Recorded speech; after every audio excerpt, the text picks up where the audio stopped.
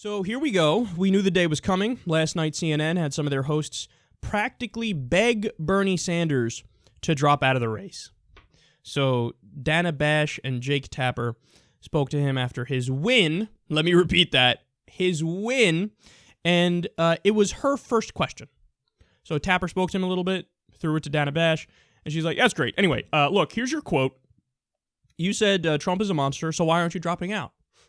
Bernie's like, yeah, I still think he's a monster. That doesn't contradict anything that I'm doing right now. What do you mean? That doesn't even make any sense. And they kept pushing him, and they kept pushing him, and they kept pushing him. So, why is it that Bernie dropping out makes no sense in this case? Now, to be clear, back when Hillary was running against Obama, it actually did make sense for Hillary to drop out. Today, it does not make sense for Bernie to drop out. Why? Well, number one, he's actually not mathematically eliminated from the race. Ted Cruz has been mathematically eliminated from the race for a while, and the only way he can win is through a contested convention. Not even theoretically could he have beat Trump at a certain point. He could get 100% of the delegates moving forward, and he still wouldn't have beaten Trump. That's actually not the case for Bernie Sanders. Now, to be clear, it's highly, highly, highly unlikely that Bernie could do it, but he would need 64% of the remaining delegates moving forward. That's certainly not like the position Cruz was in where he needed 100%, and even then he still wouldn't win. If Bernie got 65% of the vote moving forward, he would overtake Hillary. So the idea that it's like, okay, that's it, you got to drop out, end of the conversation, well, then you are the one that's ignoring math. Now, again, I have to be clear, that's highly, highly, highly unlikely. And the most likely scenario for him to win is she gets indicted, he flips superdelegates.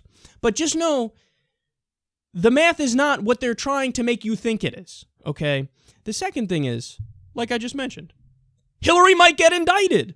So that wasn't the case with Hillary versus Obama, where Obama was leading by a mile and a half, and there's no, bar him dropping dead, there's no way that Hillary would have overtaken him.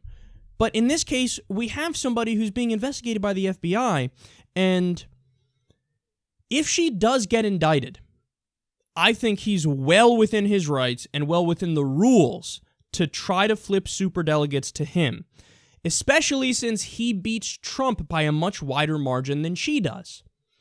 So that's all super important, and they gloss over all the nuance of that because you know how they are. It's the mainstream media. They're not exactly the biggest Bernie fans.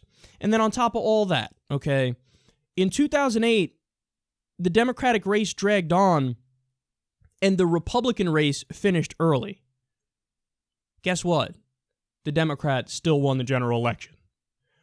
So the argument that they're making now is, well, why would you do this? You're hurting the Democratic Party's chances. So how could you do that? That's so selfish of you to do that. But hold on. You just made up that it's hurting the Democratic Party chances. That's not true at all. There's no evidence of that at all. In fact, the Democratic race dragged on longer the last election cycle. The Republicans finished early, and the Democrats still won.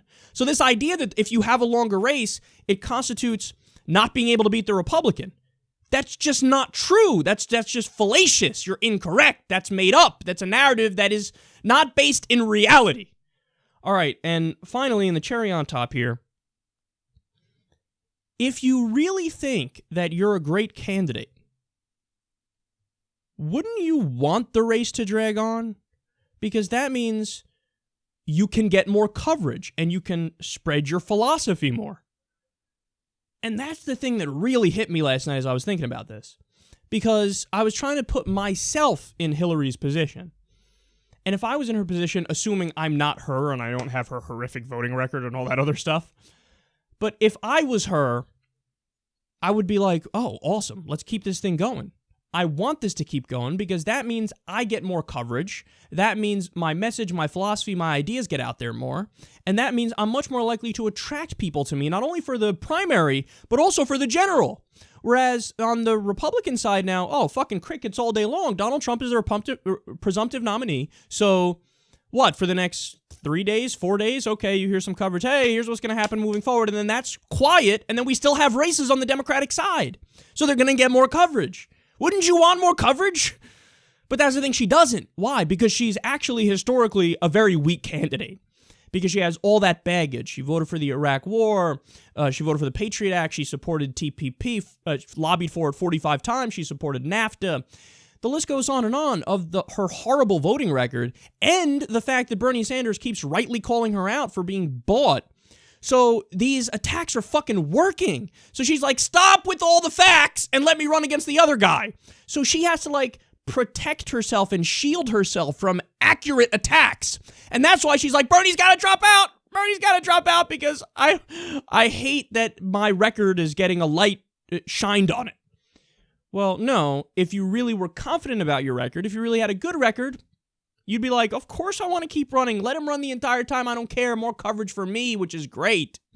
So there's 8,000 reasons why he shouldn't drop out. But nonetheless, the media is now at that point where they're going to push him and they're going to push him and they're going to push him. And now it's on him. He has to combat that narrative and keep it real with people. And he's done a good job, by the way. So last night he didn't say like, oh, we're definitely going to win this thing. He said we have a very narrow path to victory, but we have a path nonetheless. And he's honest about what his plan is moving forward.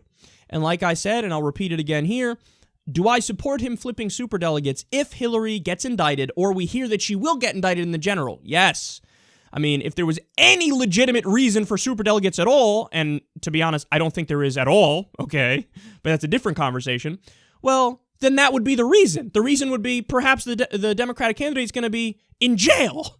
Well, okay, then you got to go to the next person. That's just the way it works.